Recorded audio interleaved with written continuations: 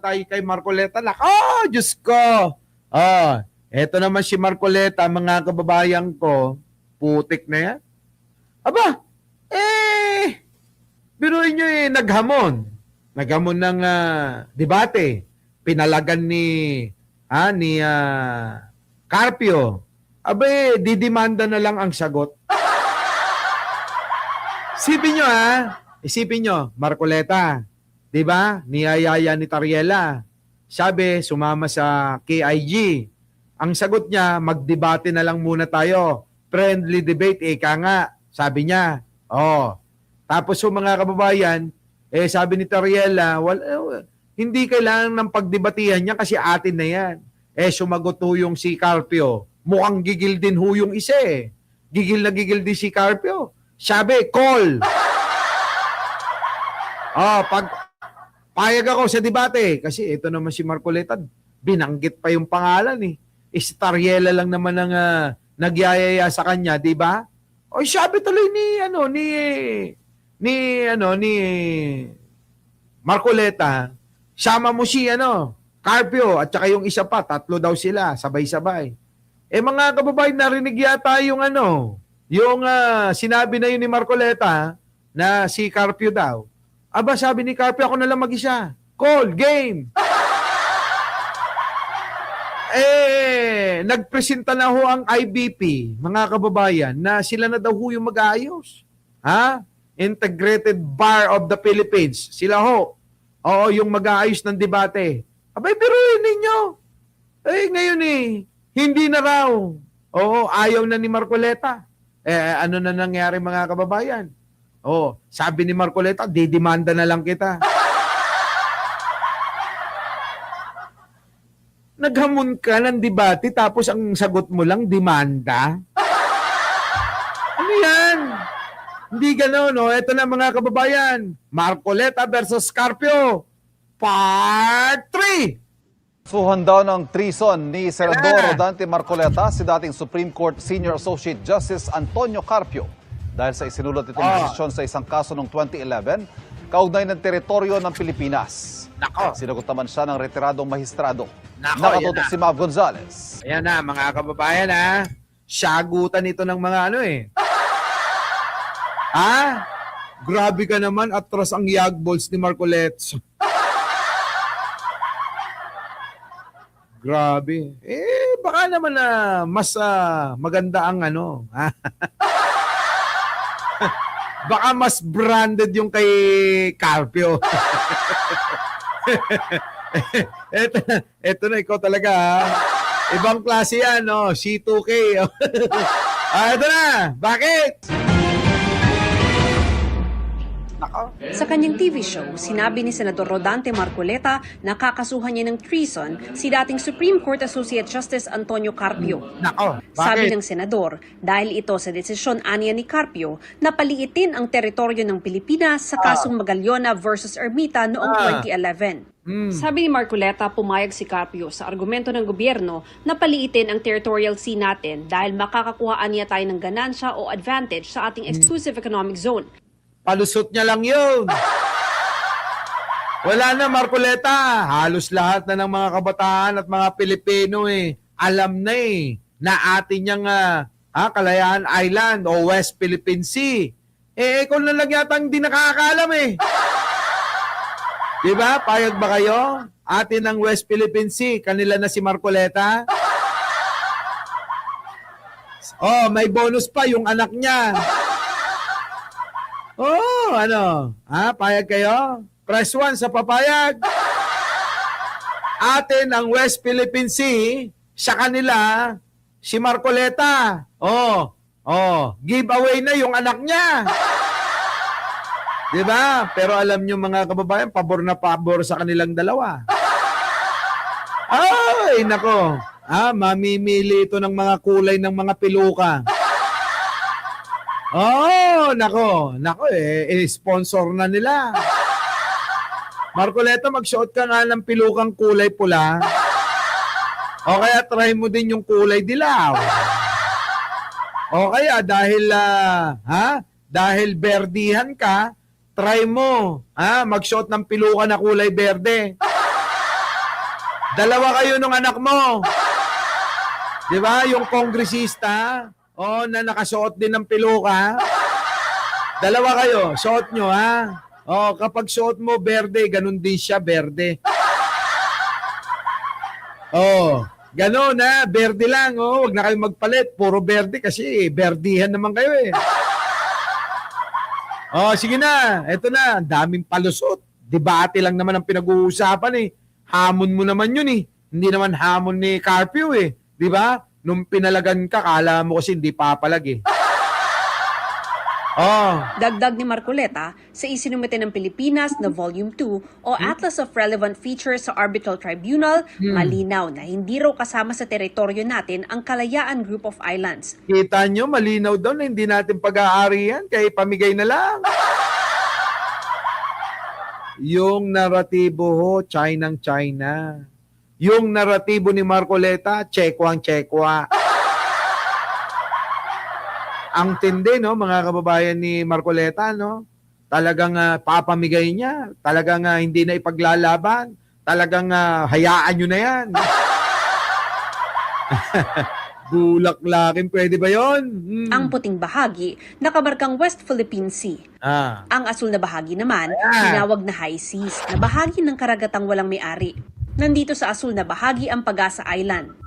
Base rin aniya sa mapang ito, nasa labas ng teritoryo ng Pilipinas ang iba pang isla sa West Philippine Sea, gaya ng Parola, Kota at Panata. Kaya tanong ni Marcoleta, bakit hindi isinama sa mapa natin yung mga features na okupado ng mga Pilipino? Gobyerno aniya ng Pilipinas ang nagsumiti nito sa tribunal, kasama sina Justice Carpio at Maritime Law Expert Attorney J. Batong Bakal. Ngayon daw, siya pa ang hinahamon sa sinabi niyang kung parte ba ng Pilipinas ang Kalayaan Group of Islands o hindi. Ayan, may bandila nga ng Pilipinas, eh. Gusto niyo bang malaman kung paano? Mamaya ho, papaliwanag natin, ha? Oo, papaliwanag ni Anino. Giit pa ni Marcoleta, hindi naman niya sinabi na hindi parte ng teritoryo ng Pilipinas ang Kalayaan Group of Islands. Pero kailangan daw ng mapa at coordinates nito. Di ba mga kababayan, siya pa yung naghahanap para bang kaagaw natin si Marcoleta dyan? Hindi nyo ba napapansin ho mga kababayan ko?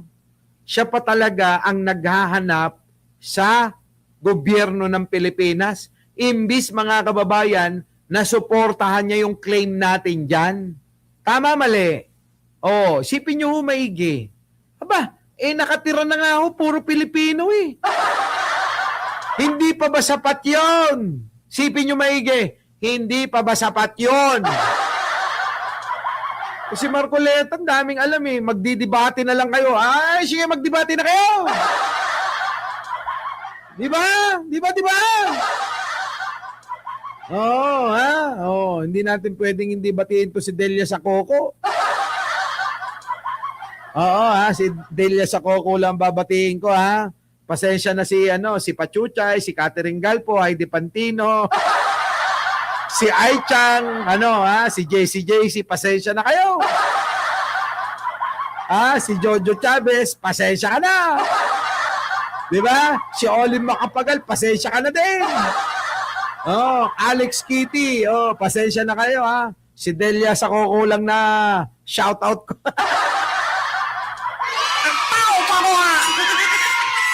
Ayun. Di ba? Pasensya ka na, Maring Linda.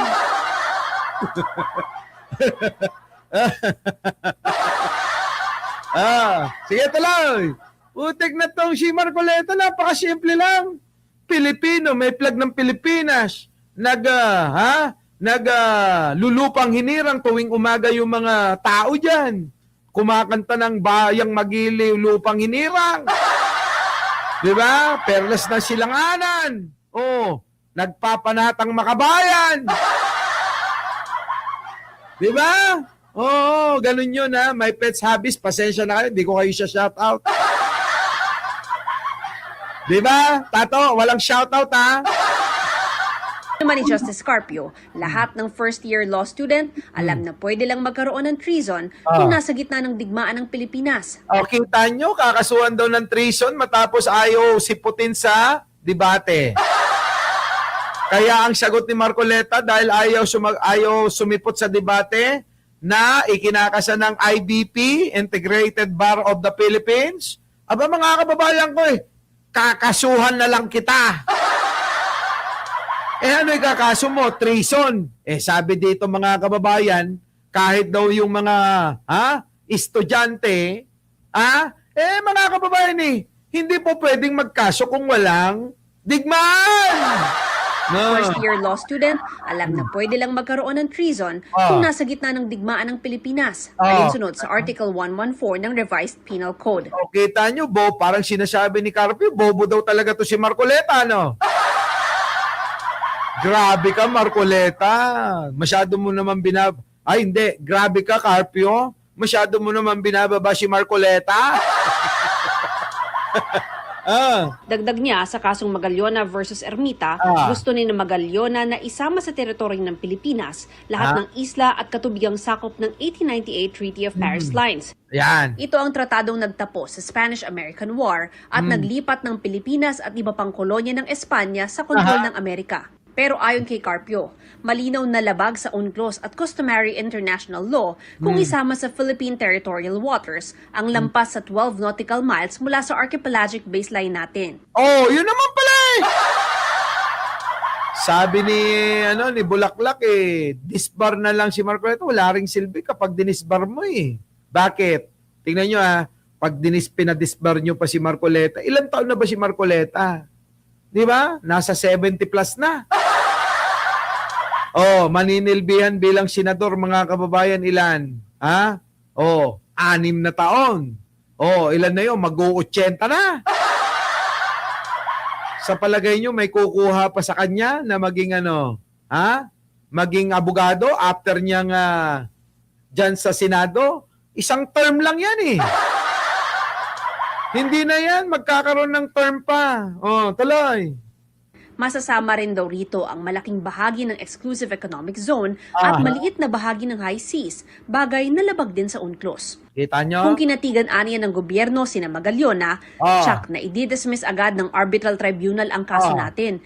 Kaya nga tayo nanalo kasi nga sa ganyang pamamaraan Si Marcoleta, hindi niya alam yun. Kaya si Marcoleta nanggugulo lang dito sa usapin ng West Philippine Sea. Kunyari lang nang nagmamalasakit yan. Sabi niya, nagmamalasakit lang naman ako.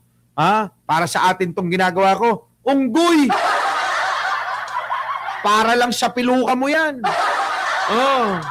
Dahil magiging kapareho lang natin ang 9-dash line ng China na labag sa UNCLOS at international law. Narinig mo yon, Marcoleta? So ngayon, di ba? Ginugulo mo lang tong pagkiklaim Ayan tuloy. Dahil si Delia Sococo lang yung ating shinout out. Siya lang yung nagpabigay ng pang-ano natin. Pang-tanghalian, hapunan at agahan. Delia Sococo, thank you ito na. Sabi naman ni dating Senador Francis Tolentino, na author at sponsor ng Republic Act 12064 o Philippine Maritime Zones Act. Ayan na tignan nyo Pag-asa Island, Municipality of Kalayaan, Province of Palawan, Philippines. Kita nyo sinakop po yan sakop po ng probinsya ng Palawan, ito pong KIG. Na kung saan nakapaloob yan sa West Philippine Sea. Ngayon mga kababayan ko, paano? Sipin nyo nga maigi mga kababayan. Tapos, itong si Marcoleta, ginugulo pa. Ayan, nagalit sa kanya yung mga taga-KIG. Diba? Tapos ayaw niyang puntahan yung KIG ngayon. Bakit? Natatakot siya, baka sabunutan. Marcoleta, huwag kang mag-alala. Hindi katulad ng mga DDS, yung mga tagapag-asa. Try mong pumunta. Baka nga ipaghanda ka pa nila ng paborito mo na alimango, hipon, lobster, at matatabang isda. Sarap, di ba? Sarap, di ba? Hindi na kailangang gumawa ng mapa ng Pilipinas. Wala po nagre-require sa atin mag-produce ng mapa. Iba po ang mapa. Ang mapa po ay cartographic drawing lang po yun. Oo nga. Ang pinaka-precise po scientific ay Ah. yung coordinates na na-produce po natin sang-ayon sa Republic Act 9522.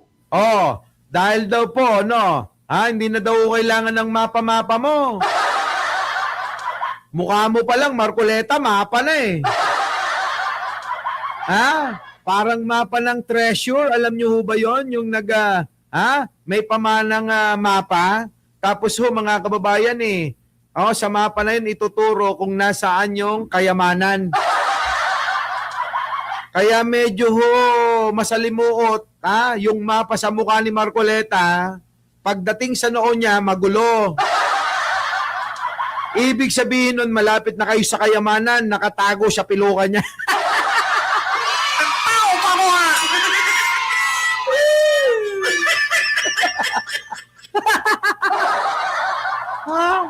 Di ba no, ganun yung mapa? Sa una, okay yan, no? Tutuntunin mo, maayos pa.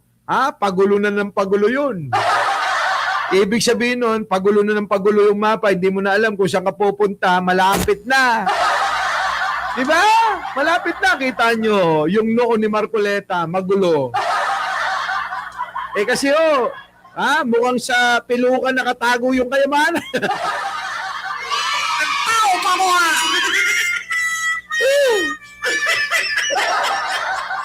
Putik na yan. Sige, tuloy. Ayan na, si Tolentino na nagpaliwanag. Noong 2009, Nakaayon aniya sa UNCLOS lahat ng nilalaman ng Philippine Maritime Zones Act. Yan. Nang tanungin naman kung makakatulong ba ang hamon ni Senador Marcoleta na debate, gugulo lang. They're entitled to their own... Kita nyo, ano sabi niya, gugulo lang. Yung po talaga yung pakay ni Marcoleta. Guluhin po yung usapin dyan. Ginugulo ni Marcoleta ang usapin. Pinahihina niya yung pong pundasyon ng pagkiklaim natin dyan po sa West Philippine Sea. Simple. Kahit ho anong paliwanag ni Marcoleta paikot-ikot na parang wrinkles niya. Hindi ho niya madadaya yung mga tao sapagkat alam na natin kung ano ang totoo. Matagal na, di ba, Hargon? Hargon, pagka na-shoutout dito, alam mo ba, kailangan tapatan mo to, bigay ni Delia sa Coco. Alam mo ba na, kailan dalawa yung na-shoutout ko? Yung mga iba dyan, hindi ko talaga nabanggit. Yari ka, Hargon, Hargon! Eto na, tuloy. opinions or sentiments on this. Pero yung paulit-ulit kong sinasabi, international law is not based on one's personal opinion. Kita ang nyo? dapat daw isulong muli ay dialogo sa pagitan ng Pilipinas at China. Yan. Paano na yan, mga kababayan ko? Kaya maliwanag ulitin ko. Pegador, wala kang kawala. Pegador, kayo ay maganda. Pegador, galit sa masama. Pegador, ang sa inyo bebenga. Pegador, wala kang kawala. Pegador, kayo ay maganda. Pegador, galit sa masama.